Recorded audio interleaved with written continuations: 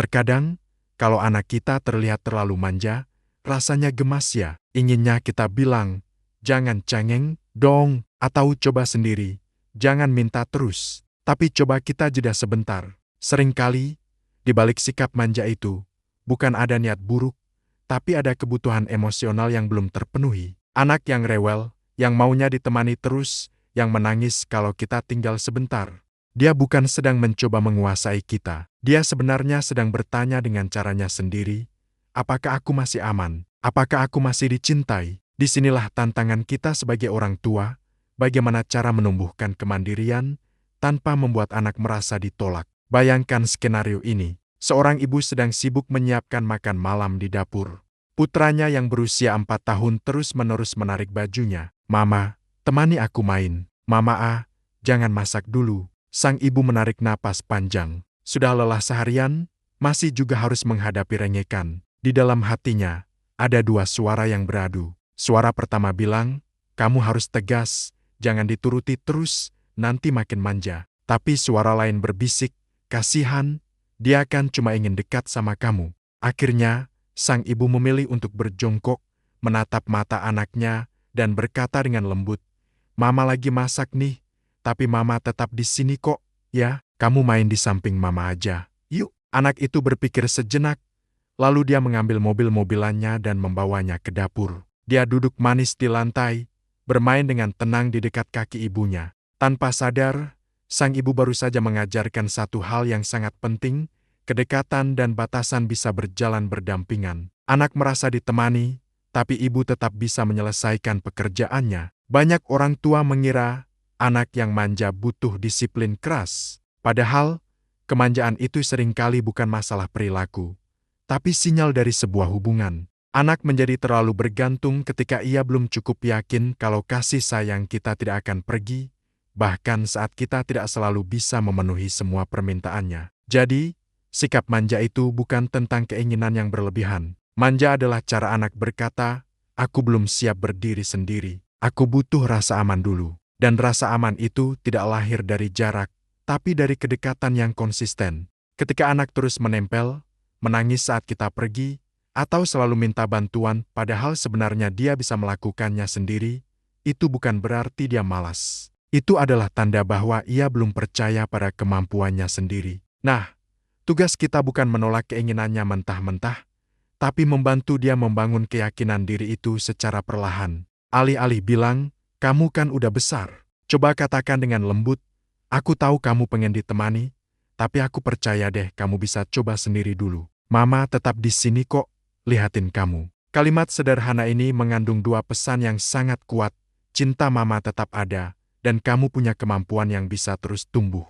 Suatu hari, ada seorang ayah yang menjemput anaknya dari taman bermain. Anaknya menangis terseduh-seduh karena kalah rebutan main perosotan dengan teman-temannya. Aku nggak mau main lagi, teman-teman jahat, nggak mau gantian. Refleks pertama sang ayah mungkin ingin berkata tegas, tuh kan, kamu tuh manja, masa cuma gitu aja nangis. Tapi ia menahan diri. Sebaliknya, ia berjongkok, memeluk anaknya sebentar, lalu berkata, kamu kecewa, ya? Rasanya nggak enak ya kalau nggak dikasih giliran. Anak itu mengangguk, isakannya mulai mereda. Beberapa menit kemudian, sang ayah melanjutkan, kamu mau coba lagi nanti bareng papa, biar papa temani dari jauh.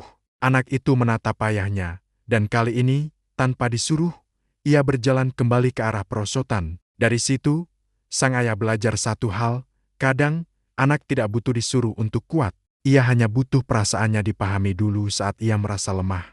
Jadi, gimana caranya? Berikut 3 langkah lembut untuk membantu anak yang terlihat manja menjadi lebih mandiri, tanpa membuatnya merasa ditolak. Langkah pertama, validasi dulu perasaannya. Jangan buru-buru menolak atau menasihati. Cukup katakan, oh, kamu pengen mama dekat terus ya. Kamu merasa nggak nyaman kalau sendirian. Dengan kalimat seperti ini, anak tahu bahwa perasaannya diterima dan aman untuk dirasakan. Dia tidak salah karena merasa seperti itu. Langkah kedua, berikan kehadiran tanpa harus selalu menuruti permintaannya. Kamu tidak harus selalu melayani, tapi cukup hadir. Contohnya tadi, biarkan anak menggambar di meja dapur saat kamu masak. Atau biarkan dia duduk di sampingmu sambil membaca buku saat kamu bekerja, selama dia tahu kamu tetap memperhatikannya sesekali. Ini menunjukkan bahwa duniamu dan dunianya bisa berjalan bersamaan. Langkah ketiga, ajarkan langkah-langkah kecil menuju kemandirian. Kemandirian itu tidak datang dalam satu malam. Bantu anak menemukan kebanggaan kecil dari setiap usahanya. Puji dia.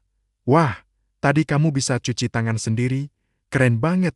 Atau lihat deh, kamu bisa main sebentar tanpa mama tadi. Kamu makin berani ya. Kalimat-kalimat afirmasi seperti ini akan menumbuhkan rasa percaya diri yang jauh lebih kuat daripada 1000 kalimat teguran. Anak yang manja bukan berarti anak yang lemah. Justru, seringkali ia adalah anak yang sensitif. Ia peka terhadap hubungan, dan kepekaan ini bisa jadi pondasi empati yang luar biasa di masa depannya. Tugas kita bukan mengubahnya menjadi anak yang keras, tapi membantunya menjadi anak yang lembut tapi kuat. Kuat bukan karena terbiasa ditekan, tapi karena terbiasa merasa dicintai, bahkan saat ia harus berdiri sendiri. Kadang, tanpa kita sadari, kita menolak anak bukan dengan kata-kata, tapi dengan nada bicara kita, dengan ekspresi wajah, dengan tatapan lelah. Dan anak kecil itu belum bisa membedakan apakah orang tuanya menolak perilakunya atau menolak dirinya. Itulah sebabnya, pendekatan yang lembut ini bukan tentang memanjakan, tapi tentang menegaskan cinta kita, sambil tetap menjaga batasan yang sehat. Jadi, lain kali saat anakmu tampak terlalu manja, ingatlah, ia sedang mencari cara untuk merasa cukup aman di dunianya yang masih terasa sangat besar. Tugas kita bukan mendorongnya menjauh, tapi menemaninya melangkah perlahan. Dekatkan hatimu, sambil perlahan memberinya jarak yang sehat. Tunjukkan bahwa cinta tidak akan berkurang sedikit pun, meski kamu tidak selalu berada di sisinya setiap detik.